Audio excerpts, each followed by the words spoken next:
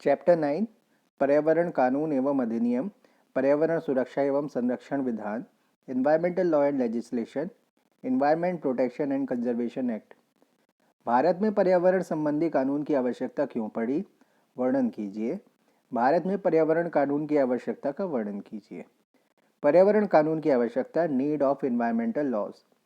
देश में सारे कानूनों की उत्पत्ति पर्यावरण की समस्या से जुड़ी हुई है। पर्यावरण के संरक्षण के लिए प्रभावशाली कानूनों व नियमों का होना आवश्यक है। वरन बढ़ती हुई जनसंख्या संसाधन की आवश्यकता पर्यावरण पर बहुत भार डाल देगी। इन नियमों को लागू करना दूसरा मुख्य पहलू है।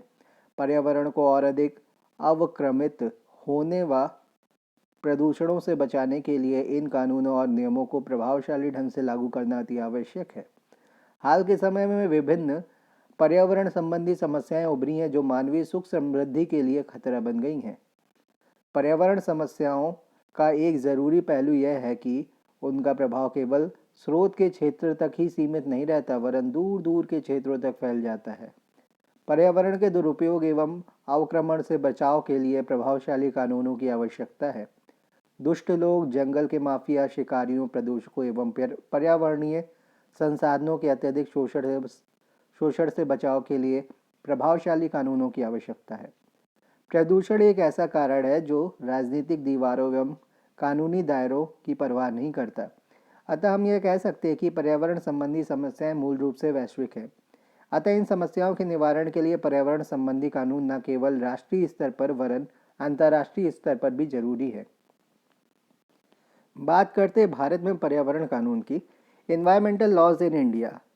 पर्यावरण सुधार एवं बेहतरी के लिए भारतीय संविधान में संशोधन द्वारा राष्ट्रीय स्तर पर कई प्रयास किए गए हैं। आरंभ में भारतीय संविधान में प्राकृतिक संसाधनों के संरक्षण के लिए कोई प्रावधान नहीं था, परंतु 1972 में स्टॉकहोम में हुए एक संयुक्त राष्ट्र की मानवीय पर्यावरण से संबंधित सम्मेलन के पश्चात भारतीय संविधान में संशोधन किया गया एवं पर्यावरण संरक्षण को एक महत्वपूर्ण स्थान मिला। भारत में हाथियों के संरक्षण के लिए कानून 1879 में और वन संरक्षण कानून 1927 या परंतु पर्यावरण संबंधी कानून 1972 में ही आया, जो 1971 के वन्यजीव संरक्षण एक्ट से प्रेरित था। भारतीय संविधान के अनुच्छेद 51A में 42वां संशोधन पर्यावरण के संरक्षण एवं उसमें सुधार को एक मूल कर्तव्य के रूप देता है। यह भारत के प्रत्येक नागरिक का कर्तव्य है कि वह प्राकृतिक वातावरण, जिसमें वनों, झीलों, नदियों और वन्य जीवन जैसी प्राकृतिक संपदा सम्मिलित है, का संरक्षण करे व जीवित प्राणियों के लिए मन में करुणा रखे।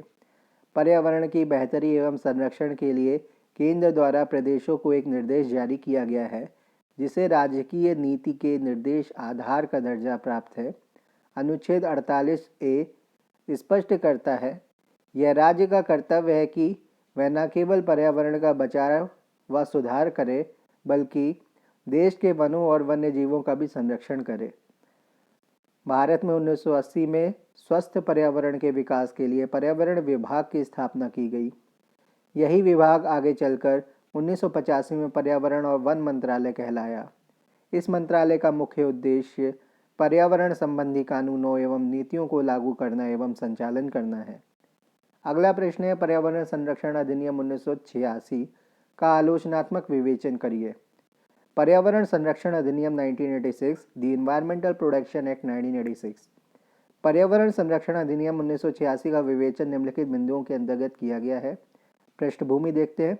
यह अधिनियम पर्यावरण संरक्षण तथा उसके सुधार और इससे संबंधित अनेक बिंदुओं के लिए बनाया गया है। इसका मुख्य उद्देश्य संयुक्त राष्ट्र संघ यूएनओ द्वारा मानव पर्यावरण पर 1972 में स्टॉकहोम में आयोजित कॉन्फ्रेंस, जिसमें भारत ने भी भाग लिया था, में मानव पर्यावरण के संरक्षण और सुधार के निर्णयों के क्रम में कोई उचित योजना तैयार करना था तथा इसके आधार पर ही प्राणी मात्र को पर्यावरण विकृतियों से बचाना और अनेक पर्यावरणीय समस्याओं को दूर करने के लिए एक प्रभावी उपकरण उपलब्ध कराना था। इसे भारत के राष्ट्रपति ने 23 मई 1986 को अपनी सहमति प्रदान की और केंद्र सरकार ने इसे 19 नवंबर 1986 से संपूर्ण भारत में लागू कर दिया। अधिनियम विवरण देख लेते हैं। इस अधिनियम में 26 धाराएं हैं जो 4 अध्यायों में विभक्त हैं। अध्याय 1 धारा 1 व धारा 2 में प्रारंभिक शीर्षक दिया गया है यथा धारा 1 क्या कहती है।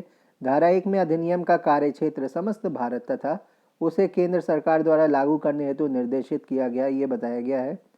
धारा 2 में पर्यावरण संबंधी अनेक शब्दों को विस्तृत रूप से परिभाषित किया गया है।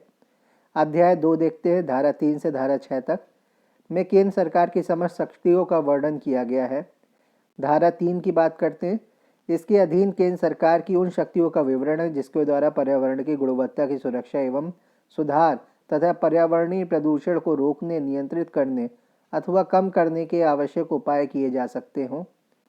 धारा 4 के अंतर्गत कहा गया है कि धारा 3 में सुझाए गए उपायों को कारगर ढंग से लागू करने के लिए केंद्र सरकार किसी भी अधिकारी को नियुक्त कर सकती है तथा उसको शक्तियां प्रदान कर निश्चित कार्य का उत्तरदायित्व दे सकती है। धारा 5 के अंतर्गत केंद्र सरकार किसी भी व्यक्ति, अधिकारी अथवा विशेषज्ञ को इस अधिनियम की अनुपालना में निर्धारित किसी भी प्रकार के निर्देश प्रदान कर सकती है और वे इन निर्देशों के पालन के लिए बाध्य होंगे। इन निर्देशों में किसी भी उद्योग के संचालन को रोकना, बंद करना अथवा उसके कार्यकलापों को प्रतिबंधित करना अथवा उसके जल, विद्युत और अन्य किसी सेवा को रोकना आदि शामिल हैं। धारा 6 के अंतर्गत पर्यावरणीय प्रदूषण को नियंत्रित करने हेतु विभिन्न नियमों को बनाने का प्रावधान है। अध्याय 3 धारा 7 से लेकर के धारा 17 तक। अध्याय 3 पर्यावरण प्रदूषण को रोकने, नियंत्रित करने और उसके निवारण से संबंधित है।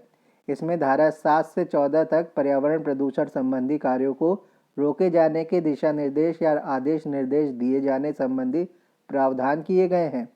धारा 15 में अधिनियम के नियम, आदेश तथा निर्देशों के उल्लंघन पर दंड देने का प्रावधान है।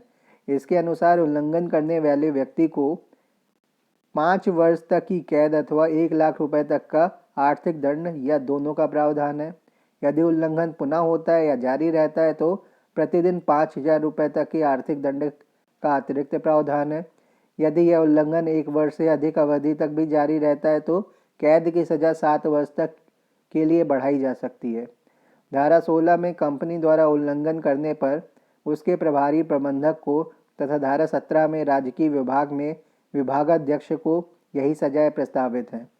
अध्याय 4 धारा 18 से 26 तक। इस अध्याय में विविध विवरण हैं। कुछ प्रमुख बातें निम्नलिखित हैं। धारा 18 के अनुसार इस अधिनियम के अंतर्गत किसी भी व्यक्ति द्वारा कार्यरत सरकारी अधिकारी या अन्य किसी भी कर्मचारी के विरुद्ध इस अधिनियम के संदर्भ में कोई अभियोग नहीं चलाया जा सकेगा।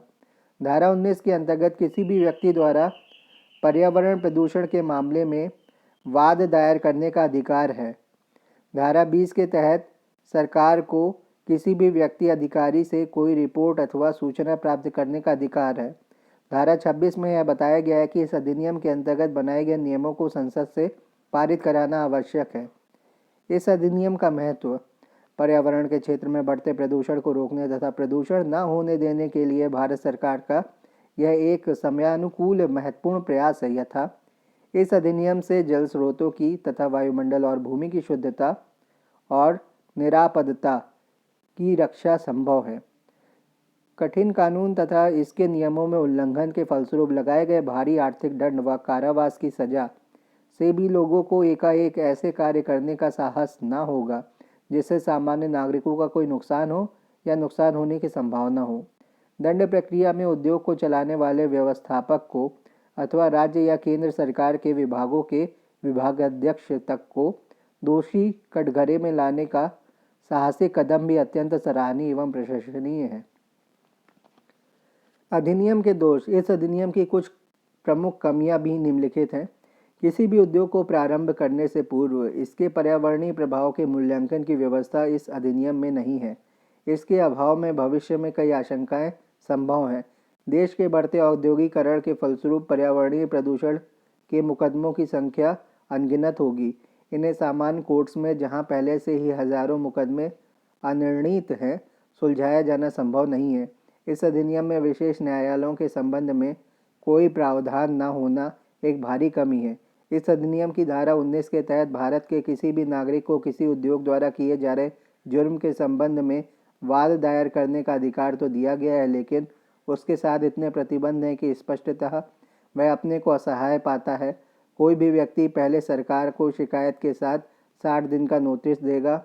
इसी बीच में सरकार यदि इस शिकायत को कोर्ट में दायर कर देती है तो उस व्यक्ति का या उस व्यक्ति की वह शिकायत खारिज कर दी जाएगी, अर्थात वह स्वतंत्र रूप से समान रूप से किसी उद्योग के विरुद्ध वाद दायर करने में असमर्थ है।